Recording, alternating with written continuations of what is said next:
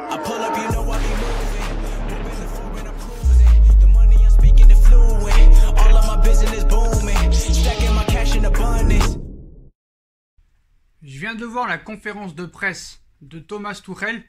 Elle est tout bonnement incroyable et exceptionnelle. Vraiment, on apprend beaucoup de choses. C'est très intéressant. D'ailleurs, les postos, on continue. On est en marche sur le groupe anti-Tuchel que j'ai créé, Lion Supporter, groupe de supporters. Voilà, si vous voulez faire les déplacements devant le parc et le camp des loges pour demander le licenciement de ce coach incompétent, il est temps de venir. On est déjà plus de 10 pour les déplacements devant le parc et le camp des loges et plus de 50 sur le groupe de discussion. Donc venez me rejoindre en masse sur Instagram. Donc on va encore parler dans cette vidéo de Thomas Tuchel qui n'est plus autre chose qu'un comique maintenant à mes yeux. Et voilà, donc comme par hasard, le téléphone sonne toujours quand il faut pas. Ce truc là sonne toujours quand il faut pas. Ça c'est Tuchel, ça, il en a marre que je parle de lui. Bref, ça sonnera, c'est pas grave. Ça donnera un petit ton humoristique à la vidéo. Bon, on enchaîne avec Thomas Tuchel, la conférence de presse. Donc déjà, ce qu'il faut savoir, c'est que ce soit le prince Nasser, apparemment, ils kiffent tous Tuchel. On est en train de parler d'une menace de départ de Leonardo. Mais pas Leonardo qui part de son plein gré. Ils sont en train peut-être de réfléchir à virer Leonardo. C'est quand même assez incroyable. On commence avec Thomas Tuchel, la conférence de presse, qui en rajoute une couche sur le mercato. Donc interrogé en conférence de presse sur la suite du mercato estival du Paris Saint-Germain, Tuchel a expliqué qu'il espérait encore des renforts après Mauro Icardi, Sergio Rico et Alessandro Florenzi. Si possible, au moins un défenseur central et un milieu de terrain pour étoffer un groupe trop court et lui donner plus de capacité et de qualité. Suite au départ de Thiago Silva, Thomas Meunier et Eric Maxime Choupo-Moting. Même Eric Maxime Choupo-Moting ne veut pas prolonger au Paris Saint-Germain. Il leur a dit « je ne prolonge pas ».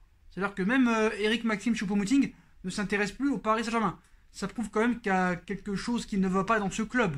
Voilà. Plus Edinson Cavani notamment. Donc ça pose problème.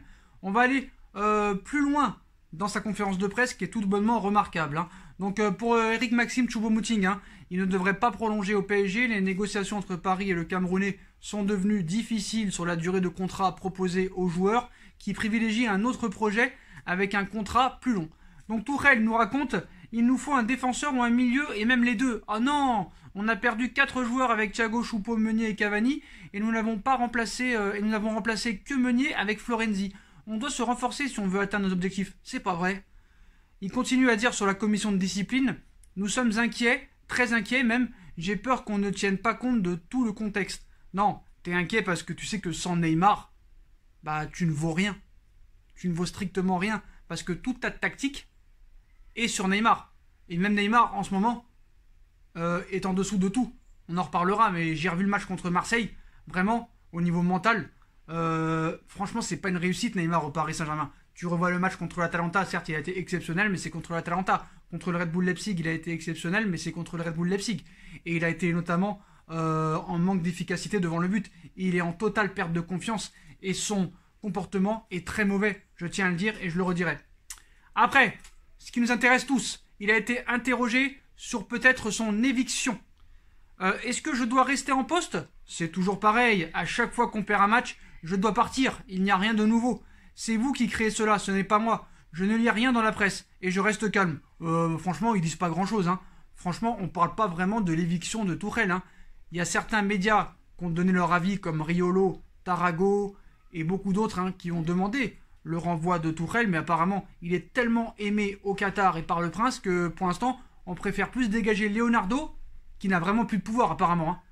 Même sur le mercato, on pensait qu'il avait les pleins pouvoirs. Apparemment, non, on y reviendra. Mais voilà. Donc le mec a dit que Marquinhos serait tout simplement le capitaine cette saison. Bon, enfin une phrase logique. Le guerrier Marquinhos sera numéro 1. Voilà, moi, ce coach, il continue à dire encore une fois qu'il a fait un match exceptionnel contre Marseille. Voilà, il continue à le dire. C'est quand même assez incroyable. Il reste sur ses positions. Le mec a été content de son équipe contre l'Olympique de Marseille. Qu'est-ce que vous voulez que je vous dise? Qu'est-ce que vous voulez que je vous dise? Voilà, qu'est-ce que vous voulez que je vous dise? Il n'y a pas eu plainte de Ney à ma connaissance. Et sur la préparation, nous avons déjà parlé avec les joueurs et nous parlerons encore demain. C'est un nouveau défi qui nous attend. On a perdu 2 matchs. On n'a pas aimé les dernières minutes contre l'OM. Mais maintenant, il faut apprendre de cette situation et grandir. Ce n'est pas si difficile parce que je ne me tarde pas que sur les résultats, comme je le disais. Il ne s'attarde pas que sur les résultats. Tu t'attardes sur quoi exactement? Alors excuse-moi. Je suis content de la manière dont on joue et dont on s'entraîne. D'accord? Il faut rester calme et solidaire et réagir sur le terrain. On a encore des choses à améliorer, alors restons calmes. Nous sommes un groupe émotif, c'est notre force. Nous avons beaucoup de Sud-Américains, de joueurs très compétitifs. On doit gérer cette force. Bah, c'est pas toi qui vas la gérer, hein, franchement. Voilà. Qu'est-ce qu'il dit d'autre? Ah ouais, sur Diallo et Dagba. Si on laisse Abdou jouer alors qu'Ipembe ne joue pas, et on inverse la question. On ne peut pas toujours parler des joueurs qui ne jouent pas. Abdou est important pour nous. Il se donne à l'entraînement, mais il doit être patient. Il n'a pas joué depuis 6 mois, et ce n'est pas le moment de le relancer alors que Kipembe est là. Mais quand il y a eu le confinement, ça t'a pas empêché de mettre Neymar et tous les autres. Donc pourquoi Abdou Diallo tu le mets pas? Je comprends pas. C'est incompréhensible. Donc voilà. Pour Colin, c'est pareil avec Levin Kurzawa, c'est pareil dans tous les clubs. Et j'espère même que notre effectif va grossir. Les joueurs doivent se battre. Oui, les joueurs doivent se battre, mais c'est pas avec toi qu'ils vont se battre. Et puis désolé, hein.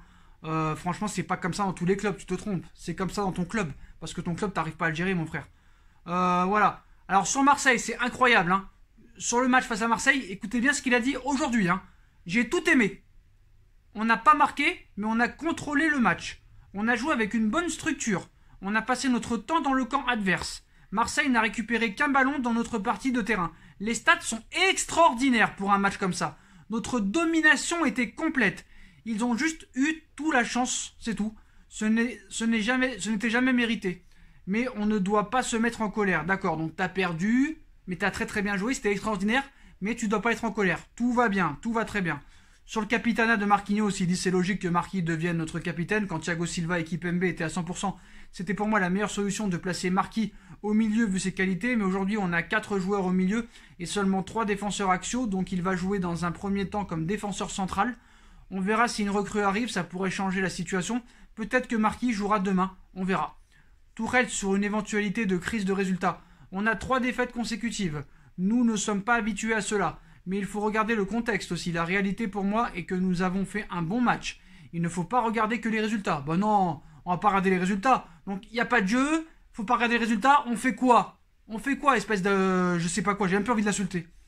Si vous voulez dire que nous avons une crise de résultats, oui c'est la réalité, mais je regarde aussi la qualité sur le terrain et l'état d'esprit. Donc il est en train de nous expliquer que la qualité sur le terrain et l'état d'esprit étaient super. Donc vraiment, il y a un problème. Il y a vraiment de la provocation. Je pense que ça peut être que ça. Voilà. Donc qu'est-ce qu'il nous raconte encore? Je rappelle que nous n'avions pas nos 4 attaquants face à l'OM et que nous n'arrivons sans préparation. Avec des cas de Covid, j'ai même été agréablement surpris de la qualité du jeu. Il y avait 1 ou 2 classes d'écart entre les 2 équipes. Avec des attaquants, on gagnera des matchs, c'est certain. Ah oui, bah c'est sûr qu'avec des attaquants, tu vas gagner des matchs. Ça, c'est sûr et certain. Sur l'état d'esprit du groupe après la défaite, il dit « Nous sommes calmes, on a analysé et parlé avec le groupe, ce n'est pas le moment de tout remettre en question. Il y a aussi des raisons à notre agressivité à la fin du match. Ce n'est pas bien, mais une réaction répond à quelque chose. D'accord, ce n'est pas le moment de tout remettre en question. Tu restes sur 3 défaites consécutives et 3 matchs sans marquer le moindre but. D'accord, pas de problème. » Après, il continue, nous devrons faire sans les 3 suspendus de l'OM, ainsi que Kylian Mbappé et Alessandro Florenzi, qui n'est pas qualifié. C'est comme ça en France, nous avons encore quelques doutes sur Thilo Kehrer et Keylor Navas. D'ailleurs, les deux n'étaient pas à l'entraînement aujourd'hui. Ils ont des douleurs au dos, nous allons aussi voir pour lui, mais sinon nous jouerons avec Sergio Rico, ce n'est pas un problème.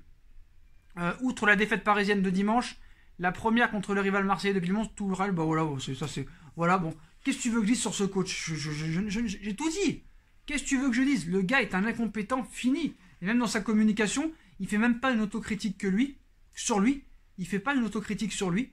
Tout est de la faute des autres. C'est la faute du mercato, c'est la faute de l'arbitre, c'est la faute de la VAR, c'est la faute des dirigeants, c'est la faute de Enrique, c'est la faute de Leonardo, c'est la faute de la LFP, c'est la faute du calendrier, mais ce n'est jamais de sa faute. Tous ses choix sont parfaits, les matchs qu'il fait, c'est exceptionnel, toujours des excuses, on n'a pas lui il est blessé, lui il a le Covid, lui il a mal au cul, lui il a mal au sgeg, c'est toujours comme ça. Bon, maintenant, on va parler de Leonardo. Donc, Leonardo apparemment a parlé aux joueurs lundi à l'entraînement, donc la crise pointerait-elle le bout de son nez au Paris Saint-Germain? Bon, on est dedans, il faut dire la vérité. En tout cas, 2 matchs de Ligue 1 et 2 défaites, tous sur la plus petite des marges. D'abord à Lens et puis contre l'OM, un début de saison historiquement faible. Pour la première fois depuis 78, Paris perd ses 2 premiers matchs sans marquer le moindre but. Tourelle aura réalisé enfin un exploit. Après la rencontre houleuse et électrique au Parc des Princes contre leur dauphin de la saison dernière, Leonardo est allé parler à ses joueurs. Selon RMC Sport, le directeur sportif qui avait pesté en après-match sur l'arbitrage aurait eu un discours motivant et remobilisateur. Donc normalement, c'est au coach d'avoir un discours comme ça. Voilà. Mais apparemment, c'est Leonardo qui doit parler à ses joueurs. Voilà. Donc le discours motivant et remobilisateur, excusez-moi, est venu de Léo. Et toujours pas de Tuchel. Donc même si le média n'a pas les mots exacts, il affirme que Leonardo aurait apporté son soutien aux membres de l'effectif, leur demandant de rapidement se concentrer sur la réception de Metz ce mercredi soir. Des mots apparemment positifs pour ressouder un groupe qui pourrait se fissurer très rapidement. Mais je sais même pas, c'est incroyable que ce soit Leonardo qui doit être obligé de tout faire dans ce club. Le recrutement, de venir parler aux joueurs, de venir parler à la presse, c'est incroyable. Apparemment, on nous explique que Leonardo pour l'instant n'est pas menacé, mais voilà, accueilli comme le Messi lors de son retour au Paris Saint-Germain il y a un an, le Brésilien n'a pas à s'inquiéter pour son avenir. Cependant, Doha pourrait se montrer plus impliqué que prévu. Souvent attaqué sur sa gestion de l'effectif du Paris Saint-Germain, Nasser Al-Khelaifi avait décidé de prendre du recul au sein du vestiaire parisien, mais aussi face aux médias. Pour ce faire, le patron du club de la capitale avait réussi à convaincre Léo de faire son grand retour à Paris 7 ans après son départ par la petite porte, une nouvelle qui avait d'ailleurs suscité beaucoup d'espoir chez les supporters parisiens, lassés du trop discret Antero Henrique. Très vite, le Brésilien a su se distinguer en réalisant des coups bien sentis lors du mercato estival 2019. On pense à Keylor Navas, arraché au Real Madrid pour moins de 15 millions d'euros, ou le prêt de Mauro Icardi, conclu durant les dernières heures du mercato. Un an plus tard, Léo continue de flairer les bons coups. Il a obtenu le prêt d'Alexandro Florenzi, mais sa gestion commence quelque peu à être attaquée. La raison, la période post-confinement très compliquée. Doha a demandé à Leonardo de se bouger pour Thiago Silva. En clair, beaucoup se demandent aujourd'hui comment le PSG fait pour redémarrer sa saison sans avoir anticipé les départs d'Edinson Cavani et de Thiago Silva par exemple. Si Florenzi a remplacé Thomas Meunier sur le tard, Paris se retrouve dans une situation où il en vient à supplier, parce que maintenant il en vient à supplier Éric-Maxime Choupo-Moting de signer une prolongation qu'il ne fera pas, il ne prolongera pas, des couacs qui ne lui valent pas d'être sur la sellette, mais Leonardo pourrait voir les têtes pensantes de Doha intervenir plus souvent alors qu'il était censé avoir les mains libres et les pleins pouvoirs. Apparemment il n'a rien. C'est en tout cas ce qu'indique l'équipe dans son édition du jour. Le quotidien affirme que les prérogatives du directeur sportif pourraient être reniées. Pour illustrer ses propos, le journal révèle que Léo a été poussé par ses supérieurs à proposer à contre-cœur une prolongation tardive à Thiago Silva. Si son compatriote a finalement refusé pour signer à Chelsea, Leonardo sera sans doute attentif si une nouvelle consigne arrive de Doha, notamment dans le dossier de Thomas Tuchel. Donc Leonardo veut des joueurs que Tuchel ne veut pas, donc Doha leur dit non, on préfère Tuchel. Leonardo veut la tête de Tuchel, l'autre, comme c'est l'autre qui l'a choisi, on le garde. Leonardo n'a presque plus aucun pouvoir. Moi j'aime bien Leonardo, mais j'ai pas aimé encore une fois sa victimisation, encore une fois en disant c'est la faute de l'arbitrage, c'est la faute de la presse, c'est la faute de la LFP. Léo, je sais que tu es très fort dans la communication, mais un petit peu d'autocritique, un petit peu de remise en question s'il vous plaît. L'incident sur Neymar Alvaro, Beansport aurait des images de l'altercation, donc comme le résume parfaitement la Provence dans son titre du jour sur l'incident ayant opposé Neymar à Alvaro González, pour le moment c'est parole contre parole. Dans cette affaire, pour rappel, le Brésilien du PSG accuse l'Espagnol d'avoir tenu des propos racistes à son encontre. Hier, le diffuseur du PSG-OM en France, la chaîne Téléfoot, a indiqué n'avoir aucune preuve allant dans le sens de Neymar. A noter que la chaîne n'avait pas de caméra isolée sur le Brésilien. Cependant, la chaîne Beansport Arabique annonce avoir des images exclusives de la scène entre les deux joueurs. Aura-t-on le fin mot de l'histoire? Nul doute que la LFP devrait demander à visionner des images à suivre. Paris chercherait des images aussi. Mais c'est bizarre, Téléfoot nous explique qu'ils n'ont pas les images sur Alvaro et Neymar. Et c'est bizarre, là, ils annoncent des images pour 19h. Donc on va voir ce qu'il en est, mais c'est bizarre. Hier, ils n'avaient rien, Téléfoot. Et maintenant, ils ont quelque chose. C'est quand même bizarre. C'est quand même incroyable. Incroyable. Donc voilà les postaux. On va passer au mercato. Donc le PSG est sous le charme, comme je vous l'ai dit hier, de son ancien Titi, Boubakary Soumaré, désireux de renforcer son entrejeu. Le club de la capitale aurait des vues sur un Titi qu'il a laissé filer en 2017. Voilà, le directeur sportif des Rouges et Bleus pourrait alors se rabattre sur le marché français. Vous le savez, en effet, la chaîne Téléfoot annonce que les Parisiens, champions de France en titre, sont séduits par un certain Boubakary Soumaré, 21 ans. Un comble puisque le prometteur milieu du LOSC a été formé au PSG. libre de tout contrat en 2017. Ce dernier avait alors choisi de rallier le nord de la France. Depuis, sa cote n'a cessé de grimper, alors qu'un vrai faux départ à Newcastle l'hiver dernier avait quelque peu perturbé sa saison 2019-2020. Soumaré continue de séduire les grands d'Europe. Le mois dernier, on a vu que Arsenal, Manchester United et l'AC Milan étaient sur les rangs. Paris est prévenu, mais il sait que les Dogs ne retiendront pas leurs joueurs, à part Boubakary Soumaré, que j'adore, mais vu qu'on joue qu'à 2 au milieu, il lui faut de la patience, la porte est ouverte s'il veut partir.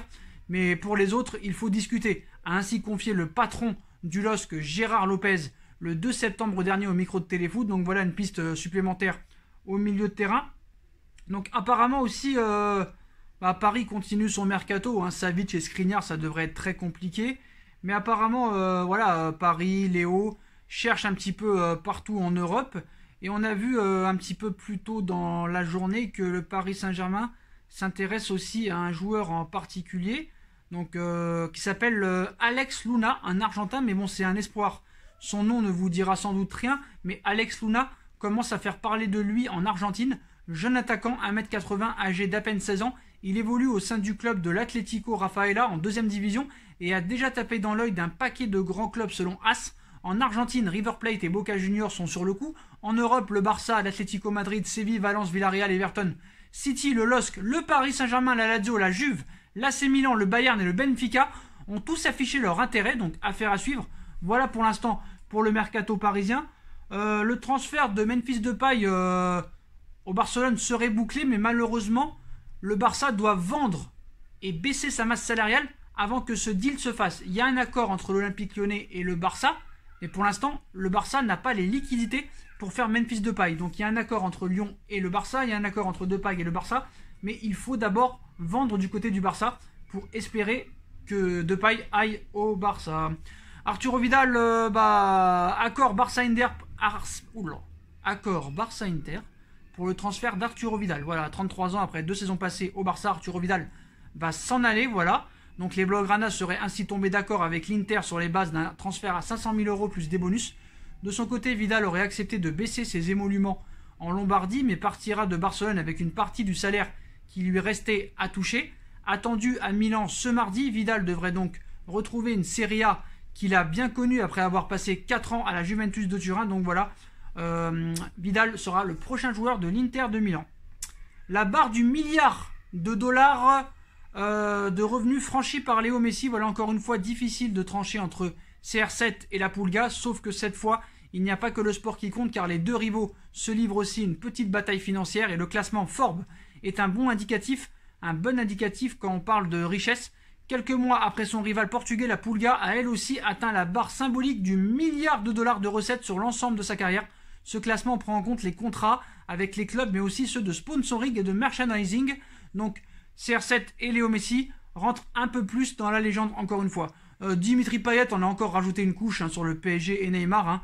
Il avait été, tout comme sa compagne, cible de moquerie du collectif Ultra Paris avant la rencontre, et maintenant que son équipe l'a emporté 1-0 sur la pelouse du Parc des Princes dans un climat de tension marqué par les soupçons de propos racistes tenus par Álvaro González à l'encontre de Neymar, le Réunionnais sans doute et s'en donne à cœur joie. Sur Twitter, le Marseillais a ainsi posté un montage photo en référence au hit de l'été en bande organisée de plusieurs rappeurs marseillais. On y voit notamment Álvaro González tenir un chien avec la tête de Neymar. Les Parisiens apprécieront, mais voilà, tu peux faire ce que tu veux, les postos. Il peut faire ce qu'il veut, Payet. Tu peux faire ce que tu veux. Ton armoire à trophées est vide. Tu n'as jamais rien gagné. Tu n'as jamais rien fait dans ta carrière. Et là, cette victoire contre un Paris Saint-Germain très très très affaibli, dans un stade presque vide, ce sera ton seul trophée dans ta tête. Tu t'imagines des trophées. Voilà, c'est tout. Voilà les postos. Apparemment, Gareth Bale accepte de partir. Donc le Real Madrid cherche à l'introduire en prêt. Zidane ne compte plus du tout sur lui. La situation devenait intenable, voire même triste. Mais voilà, Bale veut rejouer au foot, peut-être à Manchester United. Donc voilà, MU a longtemps cherché à arracher Bale des griffes madrilènes, mais c'était toujours cassé les dents jusqu'ici. Face à la complexité du dossier Jadon Sancho, les Mancuniens espèrent donc profiter de la situation compliquée du Gallois au Real pour obtenir un dynamiteur de défense.